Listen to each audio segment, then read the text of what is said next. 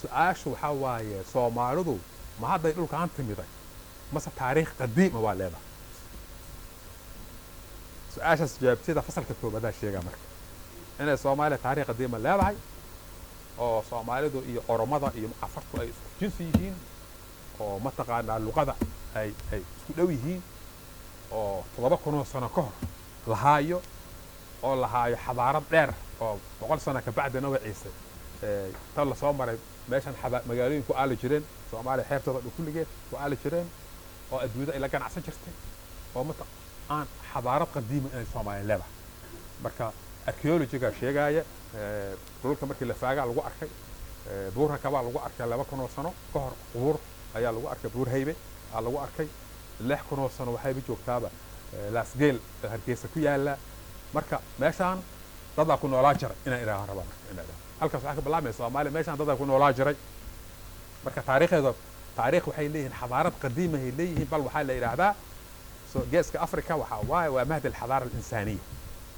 waxaa jira waxaa lahaayaa inkastoo hadda meelo badan hadda wax kale lagu arkay 195,000 oo sano ka hor dadkii xafriyaadka laga helay mataqaanaa meeshaan soomaalida oramada deegaankooda ah laga qaado oo muusiga Addis Ababa yaalla oo 195,000 oo sano ka hor bini aadan madaxiis allahaya marka horta halkaasay ka soo bilaabmay su-aasha koobaad kaas marka soomaaliya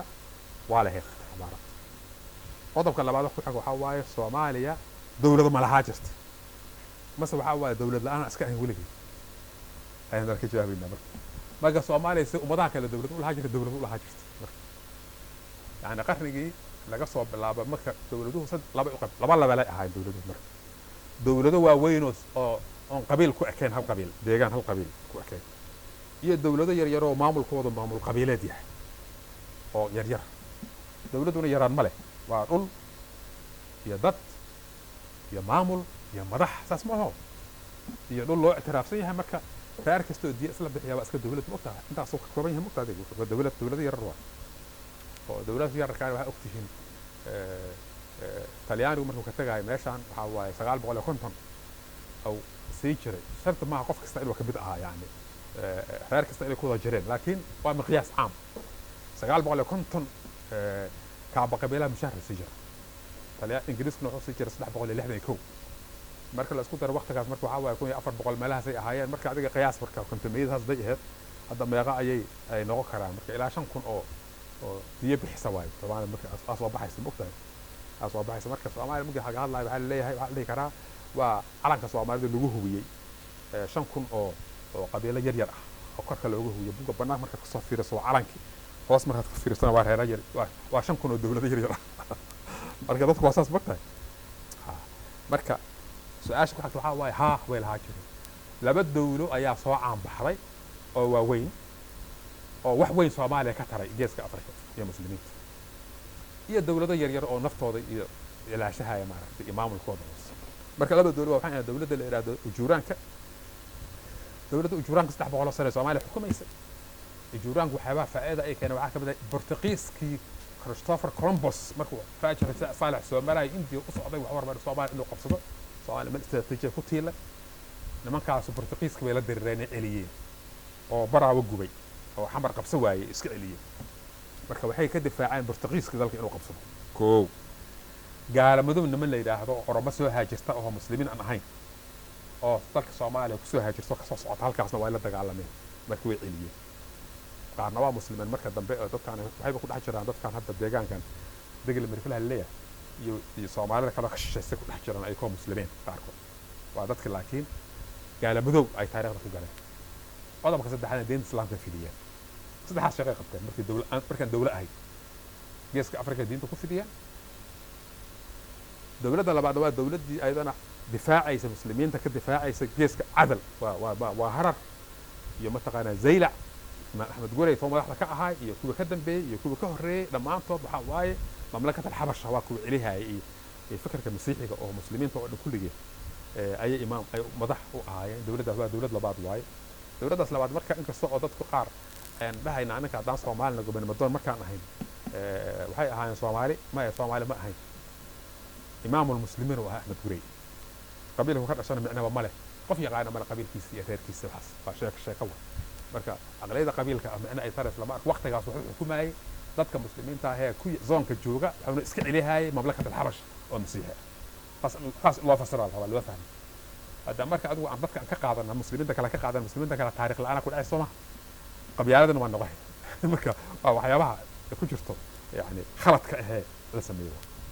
labadaas dawlo iyo dawlado yar yar labadaas dawlo marka qarnigii 17aad markii dumeen Soomaalidu waa burburtay qabaa'il yaray noqotay imaaraad saldanada yaray abaan anu ka 200 sano marka dacfa ku jirna dacfa anagu ku jirna ayaa isticmaalka leeyahay on istifaaci karay ila dawladdu waa weyn ka hanad difaaci jira waa burbureen yaa burburiyay dawladahaas yaa burburiyay waxaa burburiyay reer baadiyo qoryo wata dadka qaar marka qoslaha waxaan iraahdaa UC qoryo wata magaalooyinka soo gashay ilfay u qaad فكرت marka boqortooyinkaas waxaa dumiyay reer baadiye reer miyaha ibn khaldun ana sheegay murtaa ibn khaldun marka dadka badowga markay soo galaan magaalooyinka waxay burburay xadaarad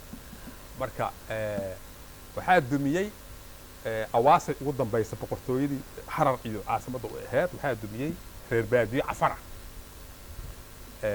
boqortooyada ujuuraanka ahna waxaa dumiyay reer baadiye Soomaali ah warca Soomaa 200 sano marka dawlad la'aana Soomaali ahayd marka qabiil kasta iyo reer kasta ay ku daciif isticmaalkiisa taas marka qaybta koobaad waa qaybta labaad waxay ka hadlaysaa ayadana ay fasiraysaa maxaa isbedel ku sameeyay bulshada Soomaaliga ay hadda aan naqaan hadda anaka halka ma fadhino maxaa Soomaalidii hore say ahayd maxaan uga bedelana oo yaana shib gareey laba arrin shib gareys tafsiir erg magaaladaas waxaana shib gareey islaamka dadkayna markay muslimiin dhaqan cusbaan qaadan waxaa soo baxday systemkan abtirsiinada soo baxday waxaa soo baxday systemkan diyada ku dhisan marka hore diya ma jirto diyada islaamka ka socota marka la muslima systemka diyada ku dhisan waxaa soo baxay systemkan kaaba qabiil kale oo culumo leh iyo dhaqanka hadaan u jeedaan oo arkaysaan oo Soomaalida reer kasta xiisa ku arkaysaan waxaa sameeyay dadku markay muslimiin Soomaa waa ina fahamtaan marka islaamka Soomaali waa islaama sameeyay ka horna Soomaali magaceeda ma jirin magaceeda meesha deganay laakiin hadda magaceeda Soomaali ma dhihi jiro waxa dhihi jira lama yaqaan qodobka labaad oo bedelna waa isticmaalka anagoo sidaas oo qabaa'il oo qabiil kasta oo deegaankiisa degan yahay oo ka qabiil iyo xogaa culumaad oo